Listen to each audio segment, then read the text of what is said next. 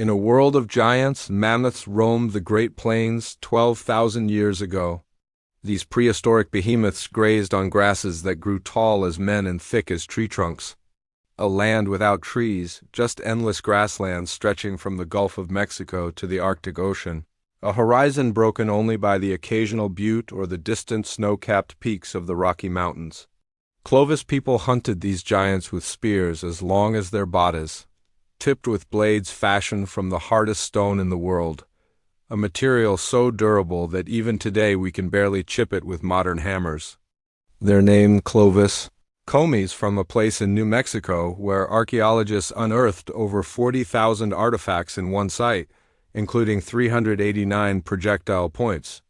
The sheer number of these exquisitely crafted spearheads hints at the scale of their operation.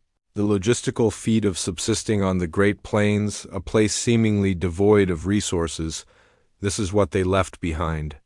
In the museum, there's this one spearhead that I always come back to. It's cracked and covered in grit, but under the glass case, if you look closely, you can see how precisely it was worked. The concave curve of the flute, the grooves worn into the sides from thousands of skillful throws, and then its size.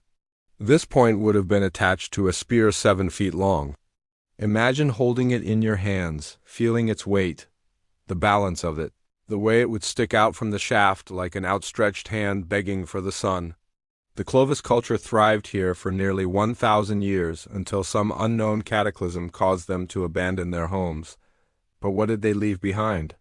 Did they erase themselves from the landscape? Or are their bones still part of the ground beneath our feet? To answer that question, I came to a place that looks a lot like the setting of an old Western film. Endless golden grass rippling in the wind, the sky a pale blue above the brown earth. Only there are no cowboys here. There's nothing but sand and scrub brush and this, a sandstone monolith standing 18 feet tall, carved with images that may be 12,000 years old. But first, a little context. The Great Plains were once called the Great American Desert, and for good reason. Before Europeans arrived, most maps left the center of the continent blank because no one really knew what was there. There were no major rivers or identifiable landmarks, just an empty expanse of grassland that stretched as far as the eye could see. It was until explorers ventured into the region in the 1600s that they realized the Great Plains were actually home to hundreds of distinct cultures speaking dozens of languages. By the time European colonists arrived, most of those cultures had disappeared, leaving behind ghost towns made of stone and the wind-worn ruins of dwellings built from the hides of animals. The only record of their existence is what we found in the dirt, things like pottery shards, arrowheads, and tools, which scientists use to piece together their lifeways, and yet something about this place feels alive. The plains whisper stories of the past, and if you listen carefully, you can hear them. Like this place called Danger Cave, perched high atop a butte overlooking the valley below. Archaeologists found 15 layers of debris inside the cave, each layer representing a new inhabitant who returned to this spot over and over again. Scattered among the trash were pieces of bone from deer, antelope, bison, and prehistoric camels. All around us are the remains of plants, too, seeds, and fruit pits from sunflowers, walnuts, pecans, and plums. Danger Cave was probably used as a base camp, a place where people came to butcher animals, share food, and stay safe from predators. We don't know if the Clovis were the first to use this cave, but they almost certainly did. Here in the archaeological layers, scientists found flakes of stone that were chipped off during the creation of projectile points. They also uncovered bone tools, awls, scrapers, knives, and spatulas.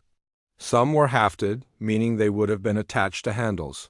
Others were detached and used freehand. These tools wouldn't have been useful for hunting megafauna, though. They were much too small. Instead, the evidence suggests that the Clovis traded with other groups, bartering goods made from bone and stone in exchange for meat. But why trade when you can just take it? About 5 miles south of Danger Cave is a site called Blackwater Draw. Here, archaeologists unearthed the bones of over 500 mastodons, along with tools and enough animal bones to feed a community for years. They estimate that the Clovis brought down between 200 and 500 mastodons per year. killing them with spears and knives before stripping their bodies and throwing the leftovers back to the scavengers. I spent some time walking around the site, taking in the scale of what the Clovis accomplished. I mean, look at this thing. You can tell just from the shape of its tusks that it was huge. And yet they brought it down. I stood next to its skeleton, imagining the force of the spear as it plunged into the beast's side. Did this creature suffer? How long did it live after it was wounded? Did it stampede, trampling the grasslands and sending up a cloud of dust? Was its blood red or was it black like tar? Would it have tasted like beef or pork, or was it gamey and unpleasant? What did they do with its skin? Did they use it as a blanket or clothing? Could it be dried and eaten months later? What about its bones? Did they make tools from them? Did they use them to build their houses, or did they throw them away? There are more questions than answers, of course, but the truth is, the Clovis were gone long before Europeans arrived. They vanished from the archaeological record around 11,500 years ago, leaving behind nothing but stone tools and a handful of bone fragments. It's not clear why they disappeared. Perhaps it was climate change. Maybe the glaciers were coming back, forcing them to flee. Or maybe it was something they brought upon themselves. One theory holds that the Clovis overhunted, that they killed off so many mastodons and other large mammals that the ecosystem collapsed. Whatever happened, they left the plains and never looked back. For thousands of years, scientists thought that they disappeared completely until the early 1930s, when an amateur archaeologist named J. Walter Fuchs discovered an ancient site near the Canadian border. It was filled with Clovis artifacts, including 35 perfectly preserved spear points. This site, called Angostura, proved the Clovis people had survived for another 500 years after abandoning the southernmost parts of the Great Plains. But where did they go? Most researchers believe that the Clovis migrated north and east, following herds of reindeer and bison into the heart of North America. Some scholars disagree, pointing out that there isn't much physical evidence to support this theory. We haven't found any Clovis sites in the eastern United States, only a few stray projectile points. I think that's because they took something with them when they left the plains. Take a look at this spearhead. See how it's grooved here and here? Now imagine a line running through the center of it, dividing it in two. If you were to stack these two halves, one on top of the other, you'd end up with a weapon that looked kind of like this. A two-pronged spear thrower, also called an atlatl. Atlatls don't preserve well. They're usually made from wood or bone, materials that break down over time. But every now and then, archaeologists will find a piece of rock that someone has chipped into the shape of an atlatl weight. We don't know exactly how atlatls work, but we have a pretty good idea. Unlike regular spears, which require a lot of strength to hurl through the air, atlatls extend the thrower's arm, increasing speed and range. Some atlatls were simple. They consisted of a dart and a weighted hook that fit over the end of the shaft. Others were more complex, with a groove that ran along the length of the dart. These allowed the user to guide the projectile through the air, improving accuracy. Clovis spear throwers weren't just tools. They were works of art. Someone made this one from a piece of quartz, the size of a man's fist, chipping and grinding it until it was smooth and even. Then they wrapped the two halves in sinew and sealed them together with resin. Next, they drilled a hole through the center and attached a leash. Finally, they polished the quartz until it gleamed like obsidian. When this hunter grasped his atlatl, he wasn't just holding a tool, he was holding a piece of himself. Every time he threw a spear, he was casting a piece of himself into the world. The spear was an extension of his body, a conduit for his will. When the Clovis left the Great Plains, they took their spear throwers with them, along with their knowledge of the land and their ability to hunt big game. But what about everything they left behind? The bones and the blood and the stuff in the ground? The answer to that question can be found in a place called Blackwater Wash.